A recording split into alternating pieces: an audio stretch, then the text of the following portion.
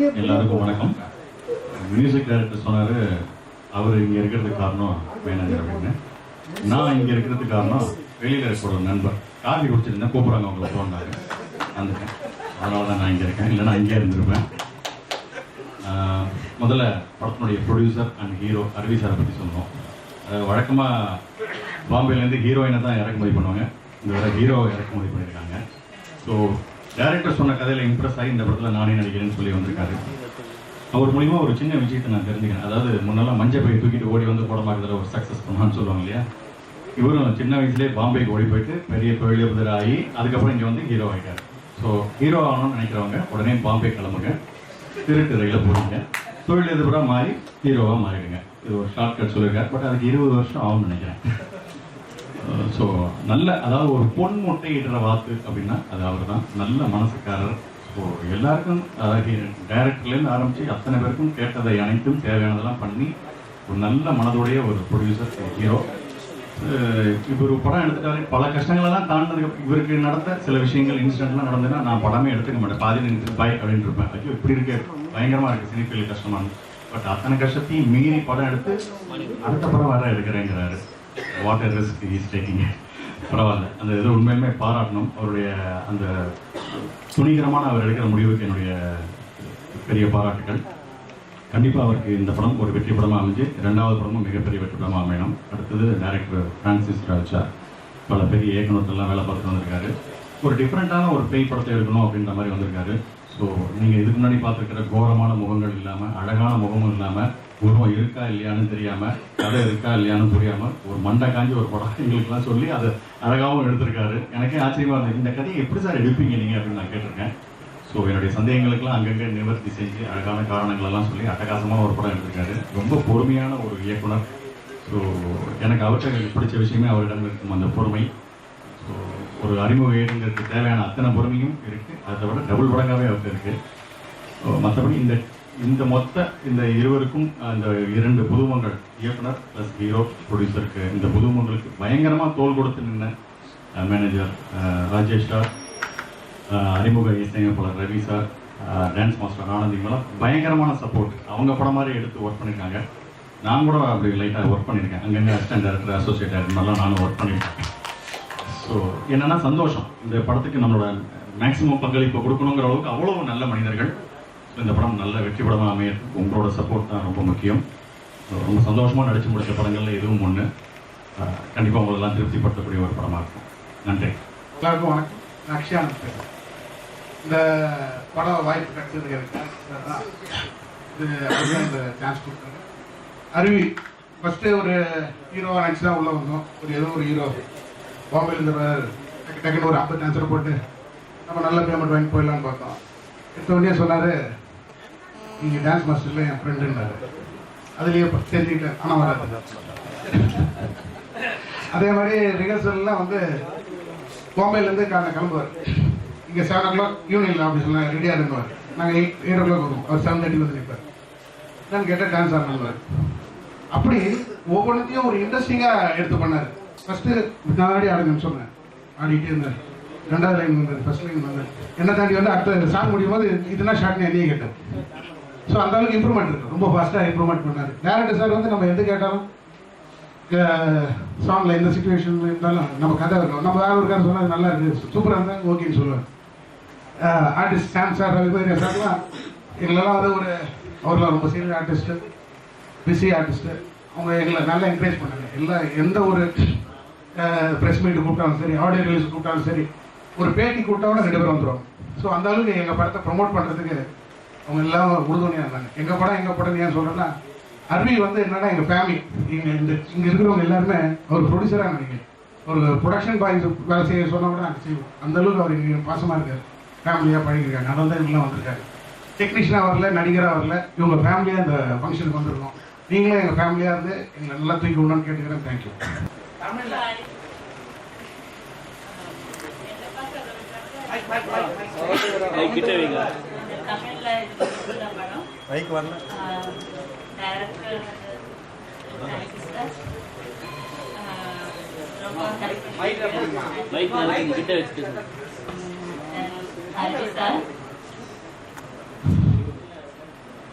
அரிசா வந்து ஹீரோ நடிச்சிருக்கும்.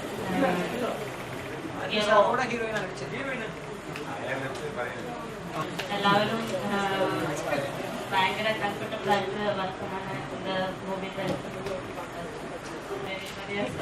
கொஞ்சம் மலையாளத்தில் தமிழ்ல இது இந்த படத்துல சூப்பர் ஹிட் சாங்ஸ் இருக்கு.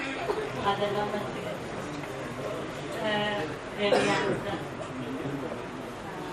டான்ஸ் சாங் போயிடே விஜய் சாங் என்ன மக்கள் எல்லாம் பிடிச்சது.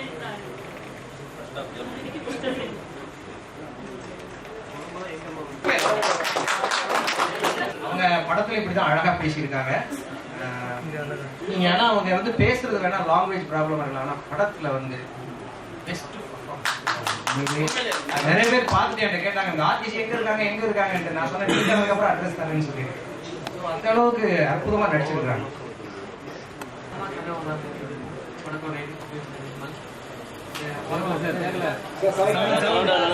இந்த படம் வந்து ஃபர்ஸ்ட் ஹாஃப் வந்து பயங்கரமாக இருக்கும், செகண்ட் ஹாஃப் அதோட பயங்கரமாக இருக்கும்.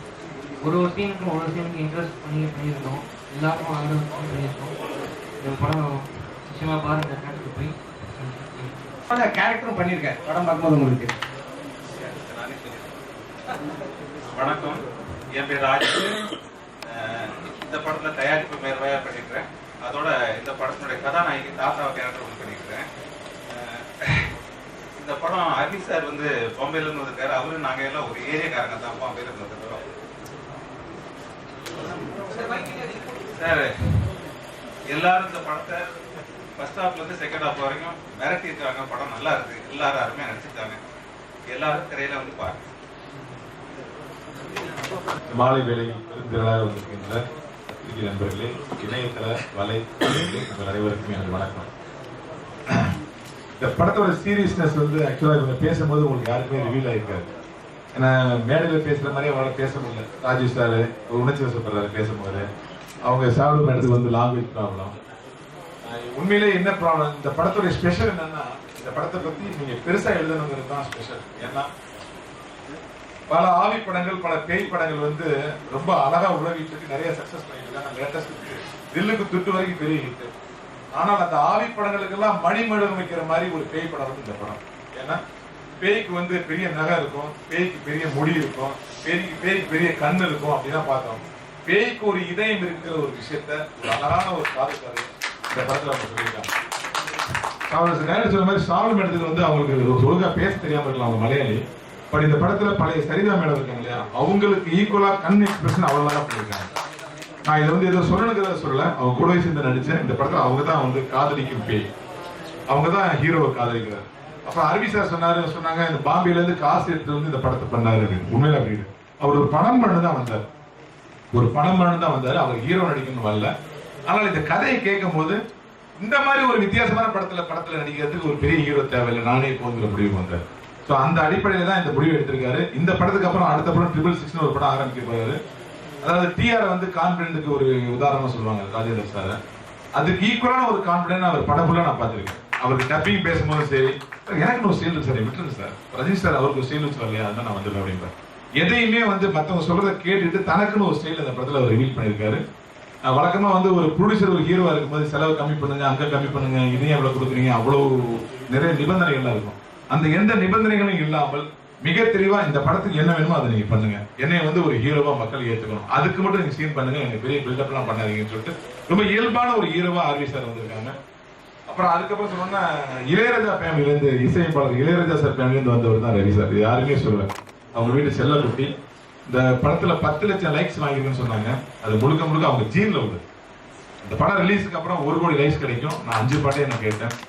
அப்புறம் இந்த படத்துல வந்து இவங்க எப்ப கூப்பிட்டாலும் நான் எவ்வளவு பிஸியா இருந்தாலும் வந்துடுவேன், தாம் சார் எவ்வளவு பிஸியா இருந்தாலும் வந்துடுவாரு. ஒரே காரணம் இந்த டீம் ஸ்பிரிட், ஒரு வீ ஃபீலிங் இந்த டீம்ல இருந்துட்டே இருக்கும். அது காரணம் வந்து ஒரு டான்ஸ் மாஸ்டர் ஆனந்த் சார் வந்து ஒரு டான்ஸ் மாஸ்டர் மட்டும் இருக்க மாட்டாரு. அவர் இந்த ப்ரோக்ராம் அரேஞ்ச் பண்ணுவாரு, திடீர்னு 10 மைக் எடுத்து வெளில டிஃபன் ஆர்டர் பண்ணுவாரு. அப்புறம் ராஜேஷ் சார் எந்த நேரம் எப்படி வேலை பார்க்கறது கத்துக்கணும்னா நீங்க ராஜேஷ் சார் கத்துக்கணும். நான் மிட் நைட் 2 மணிக்கு எந்திரிச்சு போவேன்னு சொல்லுவார். சார் காலைல 6 மணிக்கு ரெடியா இருக்கணும் சார், 2 மணி தான் சார் இல்லை சார் நான் படுத்து. அவ்வளவு தெளிவான ஒரு மேனேஜர், அன்பான டீம். இந்த படம் வந்து வந்திருக்கின்ற வரப்போகின்ற பேய் படங்களுக்கெல்லாம் மிக ஒரு மைல்ஸ்டோனா ஒரு மணிமகுடமா இருக்கும். பேய்களுக்கு காதல் இருக்குங்கிற விஷயத்த வந்து எல்லாருமே உணர்வாங்க. ஒரு அற்புதமான படத்தை பிரான்ஸ் இயக்கியிருக்காங்க. இந்த படம் மிகப்பெரிய வெற்றி அடையும். இந்த ஆல்ரெடி இந்த படத்துக்கான பிரஸ் மீட் ஏற்கனவே நடந்திருக்கு, ஆடியோ லான்ச் நடந்திருக்கு. இப்ப எதுக்கு பிரஸ் மீட்னா இந்த படம் ரிலீஸ் ஆகிறதுக்கு ஒரு 6 சின்ன தேட்டருக்கு சின்ன படங்களுக்கு தேட்டர் கிடைக்கிறது எவ்வளவு கஷ்டம் தெரியும். எல்லா விஷயத்தையும் போராடி இப்பதான் அவங்க அந்த ரிலீஸ்க்கான ஒரு கட்டத்தை எட்டியிருக்காங்க.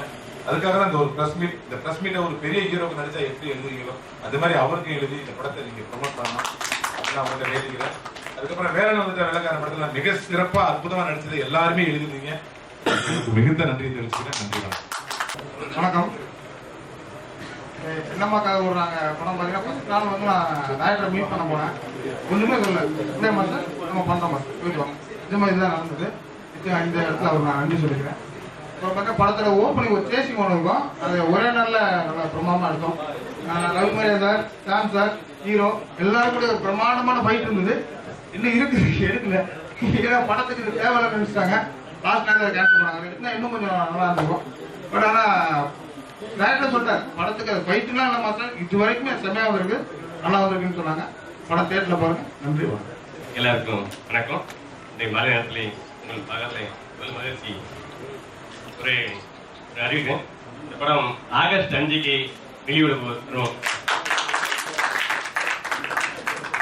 இங்கே வந்திருக்க அத்தனை மீடியா இருக்கும் மாலை வணக்கம். ஒரு படம் எடுக்க என்ன கஷ்டம் எல்லாம் தெரியும். அது கொண்டு போய் சேர்க்கறதெல்லாம் அவங்க எல்லாம் இருக்கு.